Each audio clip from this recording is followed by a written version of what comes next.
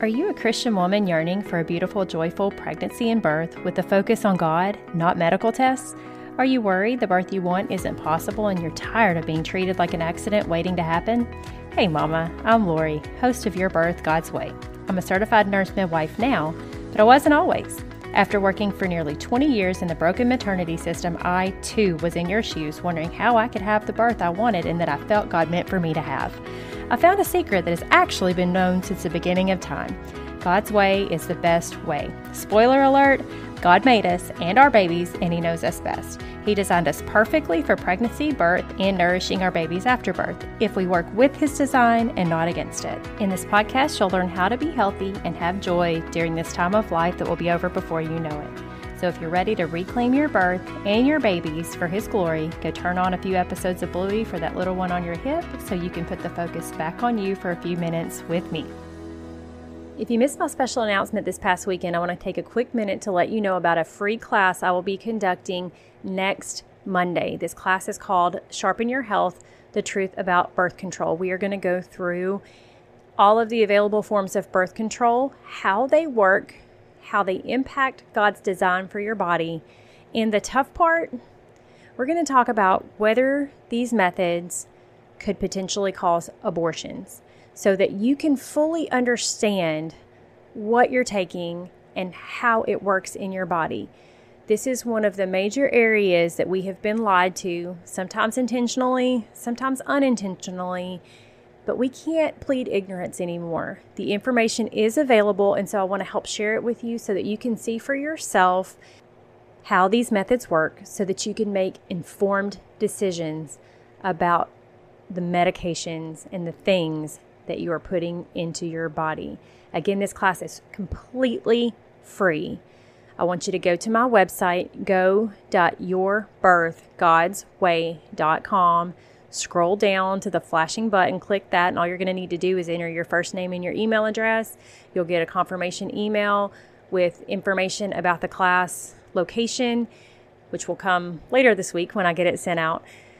I just want to see you there. There is no agenda with this other than to help you understand the truth. So come join us. It's going to be a great class. I've already got a lot of people signed up who have heard the announcements either on Instagram or Facebook or on my special announcement episode this past weekend. But in case you missed it, there is still room for you. So go get signed up right now.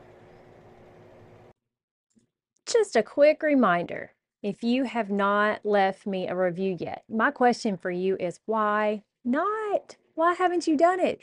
Because this week I have no new reviews to read to you. Now, I know some of the first reviews that I got way back at the beginning of the podcast, I've never read on here, but I never got a chance to go back through my old notes to see where I started. So I'll probably start bringing out some of those originals next week, but I'd really rather read your review in this spot right here in the episode next week. So if you haven't left me a review yet, stop right now, just hit pause, head over to Apple Podcasts and leave a quick 5-star written review for me. It helps me so much. Plus, you get to hear it read right here, and it helps me to find other mamas like you who need this information, who are craving good, solid, faith-based information. So go do that for me. Helps me more than you know. Okay, with that out of the way, let's dive in. You know, I really, really hope that nobody left after you heard the title or decided not to listen after you saw the title today because you thought, yeah, I already know what those are. I don't need this.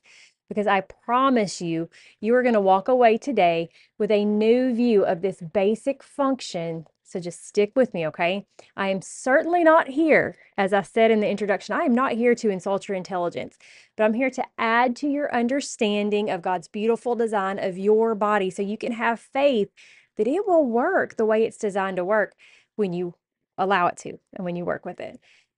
We see references to birth throughout Scripture.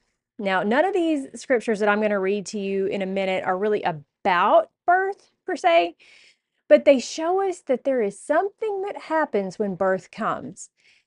Think about what is happening in these passages to cause these women to know birth is approaching, or these people to know that birth is approaching, because some of these are not necessarily talking to women, just talking about the process in general. First one is in Romans chapter 8, verse 22. For we know that the whole creation groans and labors with birth pangs together until now. It's referring to what happens at birth and what creation is going through in relation. Okay? John 16, verse 21. A woman, when she is in labor, has sorrow because her hour has come. But as soon as she has given birth to the child, she no longer remembers the anguish for joy that a human being has been born into the world. So, sorrow because her hour has come. What does that hour mean? What is this anguish that she forgets? I don't like that word, but it's the word that's in the scripture. We'll talk about that more in a minute. Genesis 3, verse 16. To the woman he said, I will greatly multiply your sorrow and your conception. In pain you shall bring forth children. What is this talking about? What event is happening in all of these, or what event are there parallels being drawn to? In Isaiah chapter 66, verses 7 and 8, before she was in labor, she gave birth. Before her pain came, she deserved a male child. Now, Isaiah has a lot of pretty deep stuff. This is not necessarily just talking about giving birth, but again, it's drawing those parallels. Okay, we're not going to get into what it all means. That's way past the scope of this podcast. I just want you to think about what these parallels are talking about. What is happening in these verses? What is being referenced? They are all referring to the sensations that a woman experiences when labor begins. There are other references as well, but these are just a few that show that something happening in this time is powerful. Something very strong is happening. And the powerful thing that is happening is this thing we call contractions.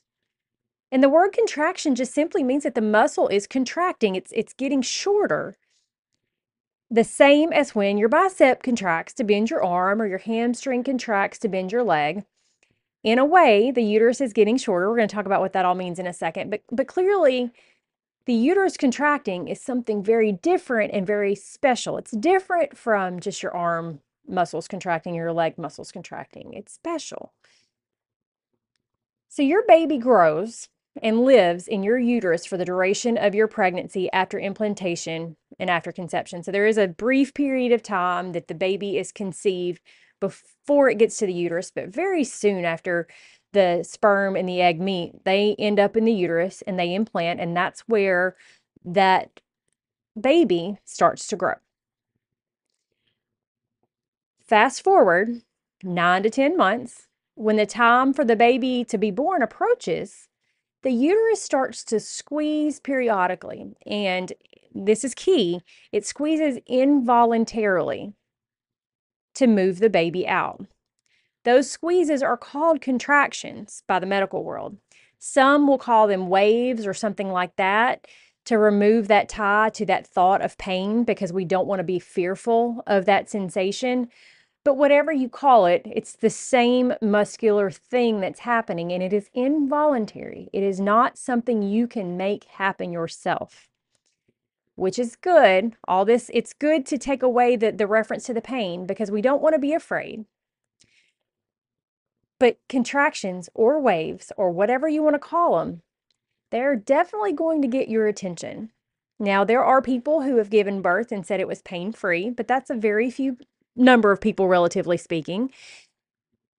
But even the ones who say that they didn't feel pain, nearly all of them will say that it's definitely attention getting. It's intense. It's a feeling unlike anything else. So let's talk about different degrees of those contractions, because not all contractions are part of labor. I know you've probably heard this term Braxton Hicks. That's named after the person who named them. I don't really like that term because that term tends to imply that they're not real contractions, but they are. They're just practice contractions. They're little contractions. They're not really causing dilation yet. We're going to talk about what that is in a second. But they're toning the uterus. They're getting it ready. So they're practice, just like practicing for a sport game. A sporting game is getting ready for the real thing. They're getting your uterus ready for when that time comes. And sometimes they also can actually start the thinning process, thinning the cervix out. Sometimes they don't, depending on when they're happening and how strong they are and what the cause of them is. But as that birthing time gets nearer and nearer, you'll tend to have more of these practice contractions. They're not really contractions that are moving you towards birth, but they are getting your uterus ready. But because these muscle contractions are involuntary, you can actually have them when you don't want them or need them. Think about the fact that your heart beats without your help, right? That is an involuntary contraction. It is an involuntary thing that is happening that is squeezing blood through your body. It happens without you doing anything about it. That same thing happens with your uterus.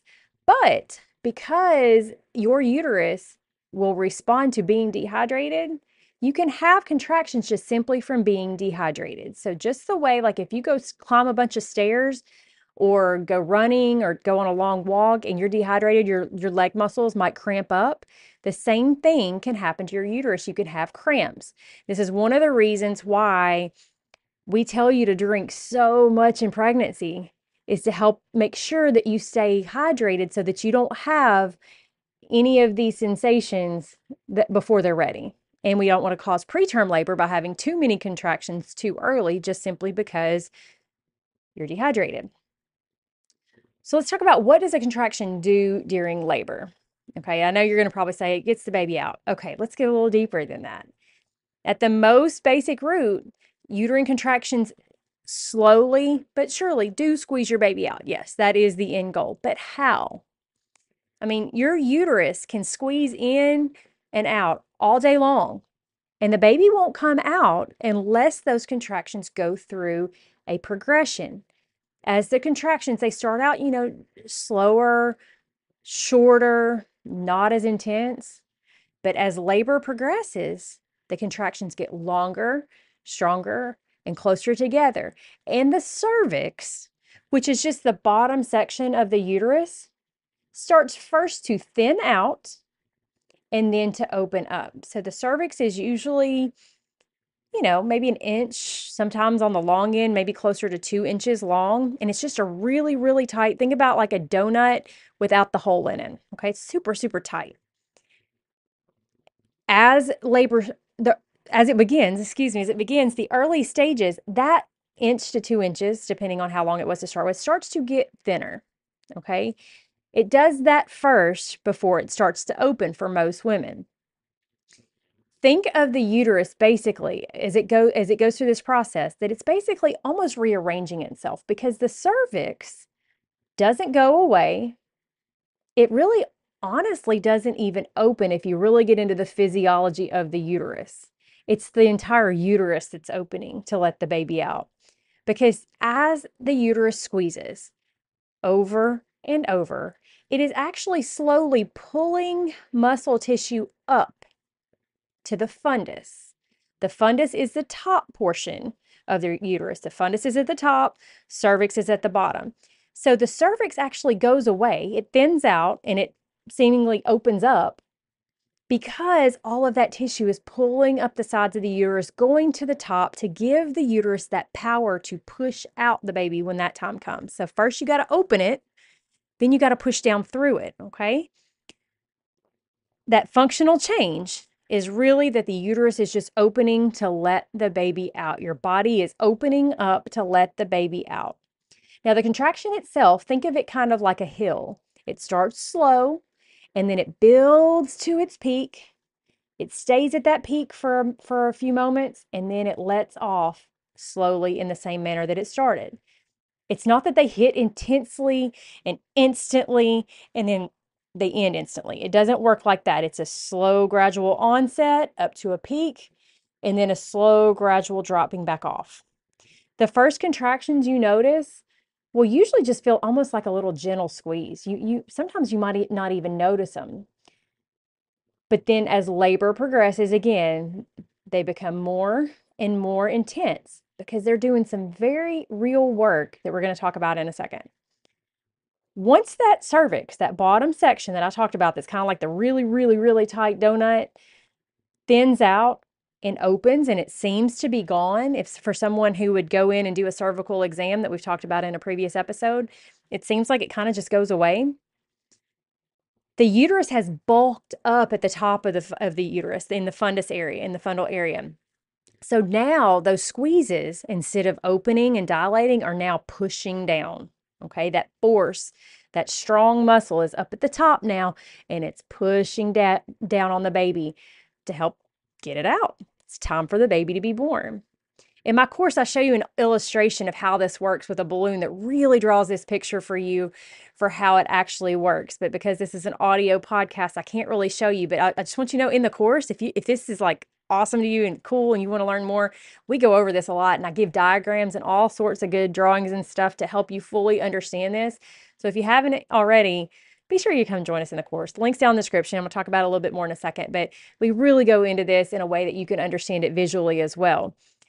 I want to talk a little bit more about what else is happening at this time, because sometimes we think that it's just the uterus and the baby's just hanging out.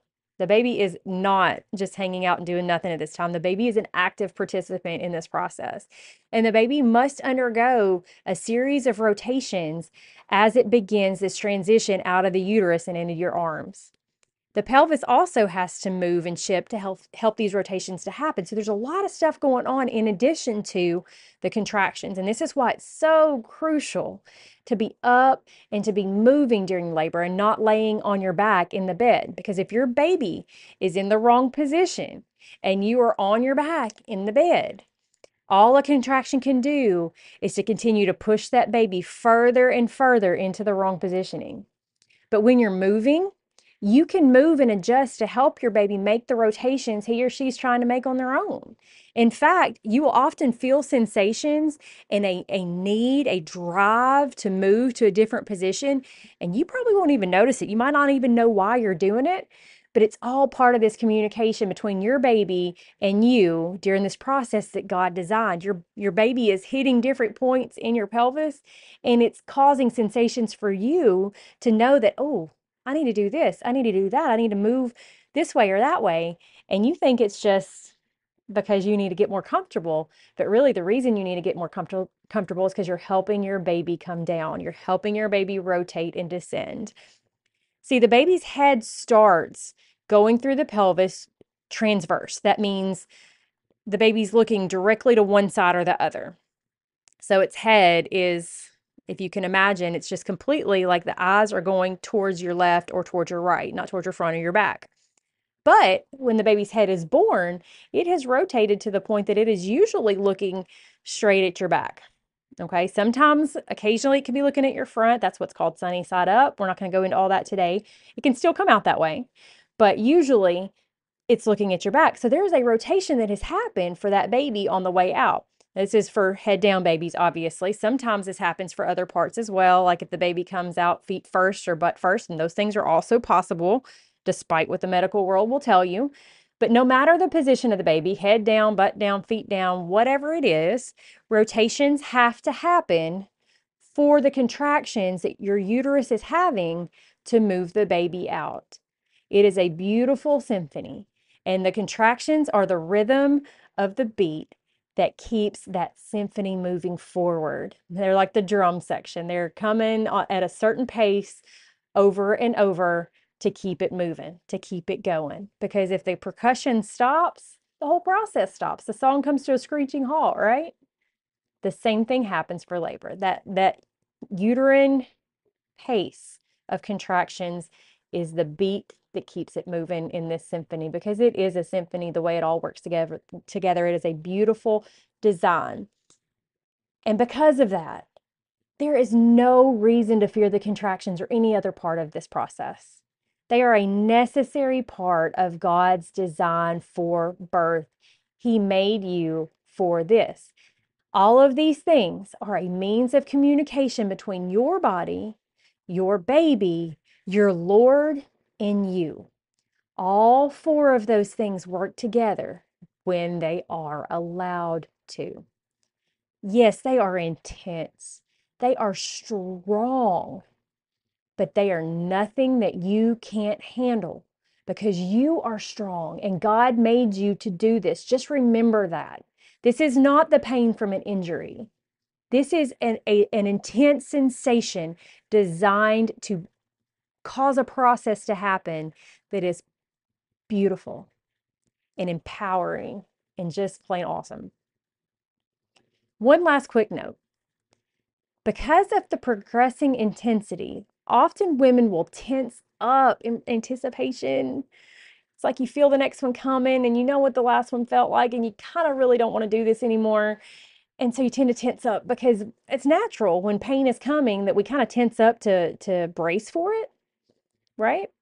Think about like if you know you're going to fall or you know that something's coming, you tense up, you brace. But let me tell you, I need you to hear me. Tensing up or bracing for a contraction is the worst thing you can do. See, besides those involuntary muscles that I told you about before, those muscles kind of run up and down the uterus. There's also more muscles that go around the uterus, and those are more voluntary. And when you tense up, those are the muscles you're tensing. It's almost like a tourniquet effect. Those muscles work against the longer up and down muscle fibers that are trying to squeeze the baby out. When you're tightening the muscles going around the uterus, you're causing it to kind of close in a little bit, and it makes it harder for the baby to get out. It's not exactly a tourniquet, but that's the best illustration I could think of to kind of draw you a mental picture of what this is like. These muscles are voluntary, and you tensing up and bracing for what's coming can impact what those muscles do. You can't impact the involuntary muscles, but you can impact the ones that are squeezing around the uterus, preventing the distension that you need. It is essential that you learn how to let go and relax when these contractions happen. And that is so very counterintuitive. And I know that. It isn't easy, but it's something that you can learn how to do. And it is why things like the relaxation tracks that I offer free as a part of my course are essential, because having those kind of things in the background, hearing them in the background while you're in labor, is a reminder with each and every wave of that intensity to let go and not tense up when you feel that sensation coming. I remember in my birth hearing these relaxation tracks playing, and I remember actively telling myself to surrender. Let go. The sooner you surrender and the less you fight this, the quicker your baby is here. And that was also the beauty of being in the water, because the water would support my body weight and hold me up and allow me to just basically float. I think if I had been, quote, on land, I think that it would have been harder to relax my body because of just feeling like I had to hold myself up or move around or whatever. Being in the water allowed me to relax everything so that those involuntary muscles could do what they needed to do to squeeze my baby down slowly but surely. They could do what they needed to do because I wasn't fighting with them. Now, I'm going to start short of diving into the pushing part of contractions. We're going to talk about that next week. We're going to dive into how contractions kind of transition into when it's time to push and what that all means and the best way to go about that. But in the meantime, I need you to know that this is just a tiny taste of what my course, which is the Your Birth God's Way online Christian childbirth education course, it's just a tiny, tiny piece of what that covers. Everything I cover in that course is from a God-led, scripturally based perspective, just like this episode has been.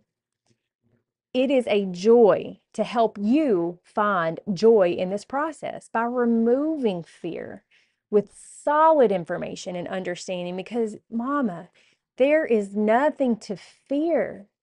God made you for this.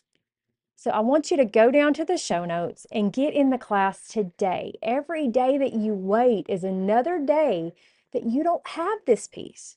So go grab it now. The topics I cover here in these brief episodes, they're fully fleshed out in the course with so much more detail. So it's thorough. And plus you get to have the live question and answer session with me each month, so you can get clarification when it's needed. You can get the visuals to help you understand things better.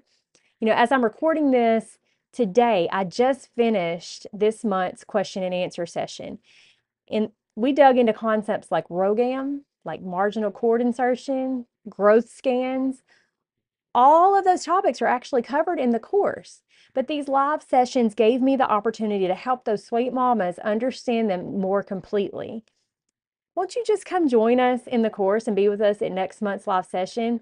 You're going to have so much information and be so prepared that you are going to rock your birth with peace and joy. And I can't wait to hear about your births. I can't wait for you to send me your birth story. But I want you to go join us because I want to help you see that this is a beautiful process and God designed you to do it, and you don't need to be afraid of it. You don't need any help from the medical world to make this process happen. God's going to put it in action when the time is right, and you can trust that.